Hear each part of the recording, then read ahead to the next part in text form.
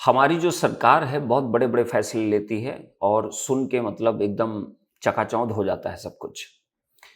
अब धीरे धीरे करके हमें लगता है कि कुछ दिनों में जैसा कभी आप लोग देख ही रहे होगे कि ऐसा कुछ भी नहीं बच रहा है जिस पे कि टैक्स ना लग रहा हो। दूध हो गया, दही हो गया, बेसिक छोटी छोटी चीजें भी होगी उस पर भी टैक्स देना पड़ रहा है। बस उस दिन का वेट कर रहे हैं कहीं सांस लेने के लिए भी टैक्स ना देना पड़ जाए।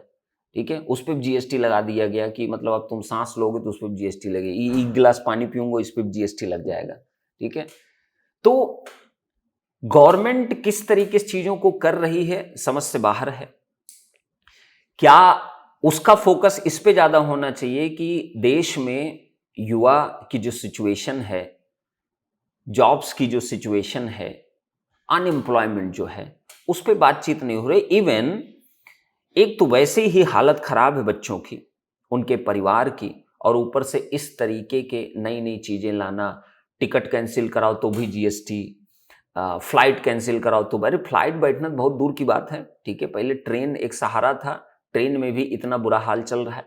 फॉर्म कोई निकल रहे हैं तो उस पर रेट हर साल बढ़ता चला जा रहा है, लेकिन सीट्स घटती जा रही, मतलब इनवर्सली प्रोपोर्शनल चल रहा है। ठीक, सीट घट रही है, फॉर्म का रेट बढ़ रहा है। अभी जैसे गेट का अभी आया तो उसमें रेट बढ़ा दिया गया है। बच्चे कम हो रहे हैं, सीट कम हो रही है, रेट बढ़ाते चले जा रहे हैं। तो महंगाई ऊपर से चल रही है, गवर्नमेंट कह रही है हम तुमको और चूसेंगे, तो चूसने दो। तो सरकार के जो बड़े बड़े फैसले आ रहे हैं, इसमें एक कंक्लूजन तो निकल के आता है।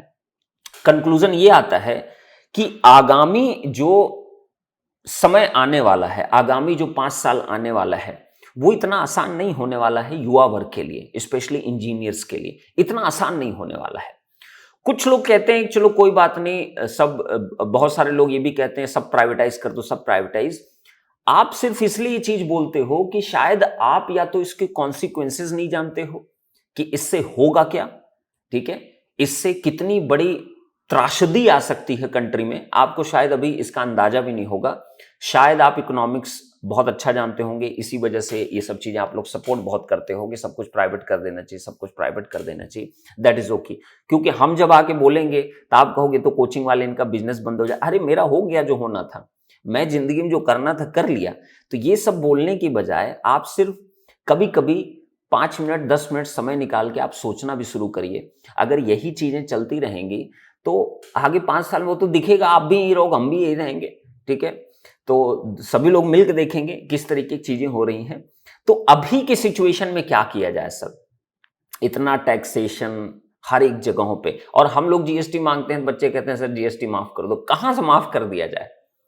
कैसे माफ? हम लोग कोर्स के प्राइजेस को डाउन करते हैं महंगाई की वजह से, फाइनेंशियल क्राइसिस की वजह से कोर्सेज के प्राइजेस को हम लोग डाउन करते हैं कि एक नॉर्मल बच्चा भी उसको ऑप्ट कर ले। जैसा अभी अभी आप लोग जानते रहे होगे कि मैंने अभी कोचिंग में जो बच्चे पढ़ रहे थे, कहीं ना कहीं किसी ऑल इंडिया के किसी भी कोचिंग बच्चे पढ़ाई कर रहे थे, मैंने उसको एक मौका दिया उन सभी बच्चों के लिए कि आप जेनिक के विजयी भव या सफलता बैच को आप ज्वाइन कर सकते हो, एसएससी जेएन आरआरबी जे के लिए आप ज्वाइनिंग कर सकते हो, और ऐप का लिंक भी यहाँ पे और व्हाट्सएप। लेकिन उसके लिए मैंने कंडीशन क्या डाली थी, क्योंकि फ्रॉड भी बहुत होते हैं।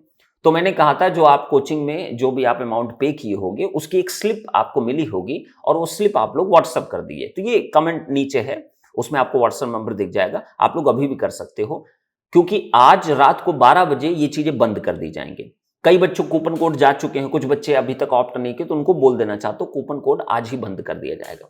अब सोचिए, हम लोग तो ये काम कर रहे हैं और सरकार जो है इसका जस्ट अपोजिट कर रही है। जबकि आप अपने परिवार में सबसे बड़े से क्या उम्मीद रखते हो कि वो हमेशा आपके सपोर्ट में रहेगा। तो यहां हमारे देश में सबसे बड़ा सपोर्ट हमारी गवर्नमेंट ही है। हम गवर्नमेंट इसीलिए चुनते हैं। हम ये नहीं कह रहे आप फ्री कर दो सब कुछ, आप बिजली फ्री कर दो, आप पानी फ्री कर दो, ये फ्री कर दो, वो फ्री। अरे भाई फ्री मत करो, लेकिन टैक्स पे इतना ज्यादा टैक्सेशन क्रिएट करना, चलो ठीक है तुम टैक्स भी ले लो, कोई दिक्कत नहीं है। अरे कुछ अपॉर्चुनिटी भी डेवलप करो, बच्चों के लिए कुछ सोचो।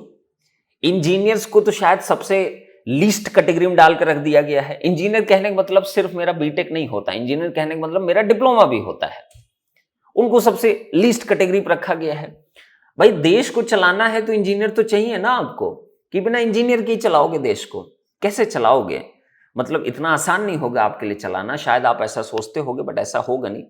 तो मैं चाहता हूं बच्चों से भी कि आप लोग भी युवा हैं, थोड़ा बहुत अपना प्रिपरेशन से टाइम निकाल के थोड़ा इसके बारे में विचार करिए आप लोग।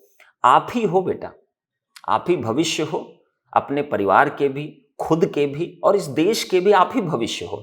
अब जब आप लोग ऐसी बातें करने लगोगे कि हाँ जो हो रहा है सही हो रहा है, सब कुछ ठीक हो रहा है, तो इसको कहते हैं कि आंख बंद करके आप हर चीज को एक्सेप्ट करते चले जा रहे हो, तो एक दिन ज्वालामुखी फटेगा। अब वो कब फटेगा, इस साल फटेगा, अगले साल फटेगा, कब फटेगा, लेकिन फटेगा जरूर। जब किसी चीज की अति हो जाती है ना तो ज्वालामुखी फटता है। जैसे भी जेनिक पे देखो, पिछले 5-6 महीनों में टीचर लोग दाएं बाएं किए तो मतलब फिर फटा ना, मैं आया ना, फिर जेनिक जे स्टडी में मैं आया, सोहेल सर आया, इसी वजह से आया ना, तो फटता है एक दिन ज्वालामुखी। तो आप समझिए चीजों को। अभी 24 में आपका चुनाव है, 24 में, ओके। तो इसका मतलब क्या है कि अभी जो भी इस ड्यूरेशन में अगले मतलब 6-7 महीने में जो भी वैकेंसी आने वाली है, वैकेंसी तो आएंगी, भयंकर तरीके से वैकेंसी आएंगी, उसको एब्जॉर्ब कर लेना। क्योंकि चुनाव एक बार हो गया ना तो उसके बाद सूखा भी पड़ सकता है, बुरी तरीके से सूखा पड़ सकता है। अब जैसे एसएससी जेई का नोटिफिकेशन आने वाला, वेट मत करो, इंतजार मत करिए। आरआरबी जेई का नोटिफिकेशन पक्का आएगा, डेड श्योर आएगा। आप उस पर मतलब वो मत रखिए, डाउट मत रखिए, आएगा, पक्का आएगा। चुनाव है, रेलवे से बड़ा एग्जाम कोई हो ही नहीं सकता जिससे कि चुनाव के माहौल में रेलवे अगर कंडक्ट नहीं कराएंगे तो चुनाव वैसे ही हार जाएंगे वो। तो आएगा, वो डेड श्योर आएगा, उसमें आप शक मत रखिएगा। आरआरबी जेई नहीं आएगा, बिल्कुल आएगा। बट ये है कि इसी ईयर के एंड तक आ जाएगा कि आपका जनवरी में आएगा, फरवरी, लेकिन आएगा जरूर, चुनाव से पहले आना है, ये क्लियर कट है। इस पे आप डाउट मत रखिए, मैं गारंटी आपको दे रहा हूं कि आप डाउट बिल्कुल मत रखिए। बिना आरआरबी कराए गवर्नमेंट चुनाव नहीं जीत पाएगी, इस बात को ध्यान रखिएगा, ओके। तो सरकार, बस हम यही सोच रहे हैं कहीं किसी दिन सांस वांस लेने पे न लग जाए टैक्स, ठीक है। पानी पीने, सांस लेने, हर चीज पे टैक्स ही लग जाएगा तो जिएंगे कहाँ, कैसे जिएंगे फिर। तो आप लोग भी थोड़ा इसके बारे में सोचा करिए। शायद उम्मीद करते हैं कि आप लोग भी थोड़े जागरूक बनिए, और कुछ चीजें अगर गलत हो रही हैं तो थोड़ा बहुत आप भी सोचिए। आवाज चलो नहीं उठाते, कोई दिक्कत नहीं है, सोचना तो एटलीस्ट स्टार्ट करिए, थिंक करिए। आगे अपने आप रास्ते मिलेंगे कि क्या करना चाहिए, क्या नहीं करना चाहिए, ओके। तभी जो भी एग्जामिनेशन है, एसएससी जेई है, तो आप उसमें जरूर अपना फुल एफर्ट डालने की कोशिश करिए। आपके पास अगर मौका मिला है तो वेट मत करो, आगे कितने मौके मिलेंगे इसकी एश्योरिटी कोई नहीं दे सकता है, ओके। तो जब तक चुनाव है तब तक जितने मौके आए सब में भरपूर फायदा आप उठाइए, यही मैं आपसे बोलना चाहूंगा। गवर्नमेंट का जो फैसले हैं वैसे ही बहुत गलत होते चले जा रहे हैं और लगातार गलत होंगे, लेकिन इस चुनाव के माहौल में थोड़ा बेनिफिट युवा को जरूर दिया जाएगा, तो आप इस बेनिफिट को जरूर उठाइए, ओके। चलो, बहुत बहुत धन्यवाद आप सभी लोगों का। बट बस देखिए कौन सा वो दिन होगा जब सांस लेने पे भी टैक्स देना पड़ेगा।